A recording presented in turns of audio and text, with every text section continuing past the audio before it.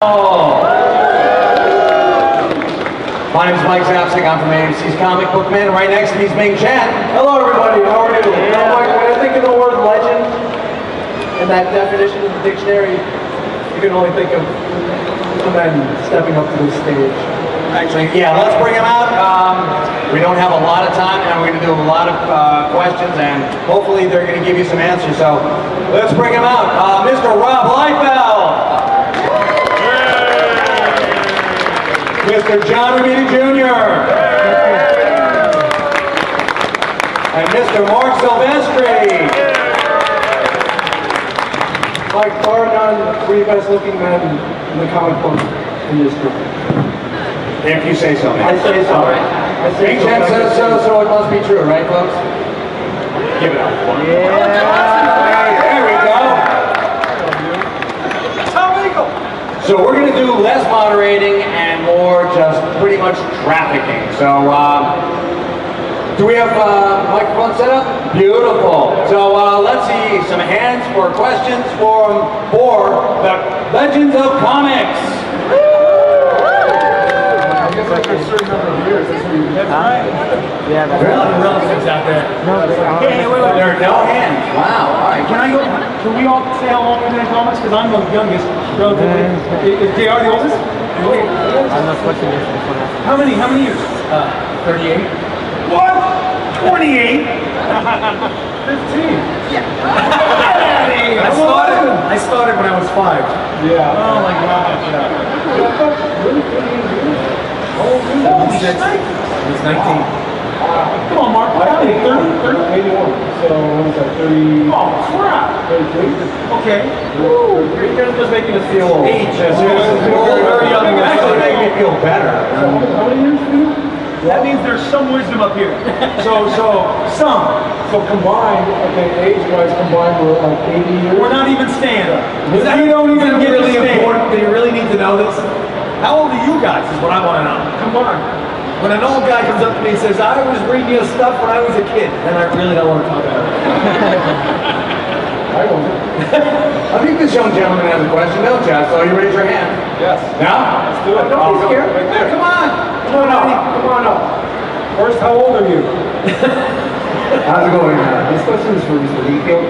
I was wondering, in the original concept of Cable, was there anything that was left out of the character that you wish they hadn't left out, or did it come out exactly? Okay, the question is about Cable and the original concept of Cable, and if there was anything left out.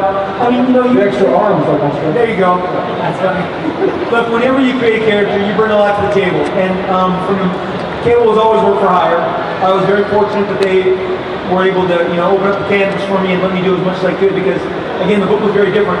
But I mean, yeah, I had tons of ideas, and the bottom line is they let me get to the point where Stripe took off his helmet, and you saw that it was a Cable doppelganger, which that took a lot of negotiating to get to, and but guys like Robert Kirkman have told me when I first met him in 2002, we're like, that was my favorite comic when he turned out to be Cable. I give it more of a Kentucky thing because it's funnier, but and he would kill me if he was here.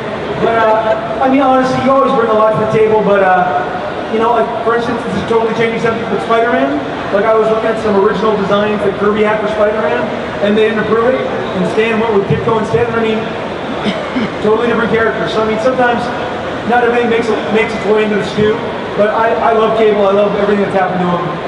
Even when he's taken a left turn, I'm there. I love that he's been interpreted by so many people. Thank you. Next up. There we go. Yeah, it was recently announced that the Deadpool movie was going to be coming out later. How happy are you with how much control you have over that creatively? Well, he's one for hire too. But I gotta be honest, I'm so happy Fox has the X-Men because they include Chris Claremont, who just wrote the treatment for Gambit, and the director and the writers and Ryan have all been very welcoming to me from the beginning. So I mean, I gotta be honest, I'm not sure that the brain trust that exists at Marvel now would have let me even on the other side of the door, hi, hello. But Tim Miller, when I went to his studio, the director of Deadpool, he's got he's got New Mutants 98, he's got New Mutants 87, he's got X-Force #1. He grew up in that era. So I mean, Control, Fox controls Deadpool as a media item. I'm just lucky that the filmmakers of today honor the artists, all of us. You know, I mean, I think somebody like JR here had a whole lot more say in Kick-Ass because he owned it. But I mean, I'm thrilled. I can't wait. Follow-up question? Oh, okay. Are we at a debate? 2 seconds? Photo? Do you think you'd be as happy if it was set like 20 years in the past, like the effects that they had there, like back then? No, I'm telling you right now, I've seen more of the Deadpool movie than you have, and you're gonna love it. You're going to love it. It's gonna change Deadpool. I mean, really well. Because one little thing, when they first invited me in 2009, because they knew they kind of screwed up Deadpool, and they wanted to convince about storylines, I said, there is no Days of Future Past for Deadpool. There is no Executioner song. There is no great storyline. By that time, Deadpool's been around, 15 years, and they still don't have a memorable, great storyline. But he won't be fighting zombie presidents or marrying Dracula's daughter. So, just deal with that. But anyway. Thank you very much. Green Lantern has a question. Green Lantern. First of all, JR, your art on the Punisher Warzone was one of the first things that got me into comics. Thank you. So thanks a lot. My question is for all of you guys. How do you see the comic industry changing in the next decade or so? And what are you excited about that's changing? Well, it's that question actually would have probably been a lot more difficult to answer 15 years ago, before comic books and our geek culture took over Hollywood and basically the world. Where now we're invited to the cool kids table, where not that long ago we weren't even invited to any table. So there's naysayers out there that for some reason say, oh, it's going to burn out, it's our genre's going to leave. Like, what the hell are you talking about? All right, it's not going anywhere. What people now are realizing that we've known our whole lives is that all we're doing is telling these classic stories that have been told for thousands of years around the campfire. That's all we're doing. And now, when you look at Marvel Slate coming up, you think we're going to let it die? No. It's going to go on for years and years and years and years. It's the new, it's the genre all its own now. It's all culture, like sci-fi was, horror, now it's comic book. It's a genre that's not going to go away. It's just going to get bigger and bigger. So I'm bullish on the whole thing. I agree completely. I don't think the quality of the creators has ever one bit improved. I think it's gotten better.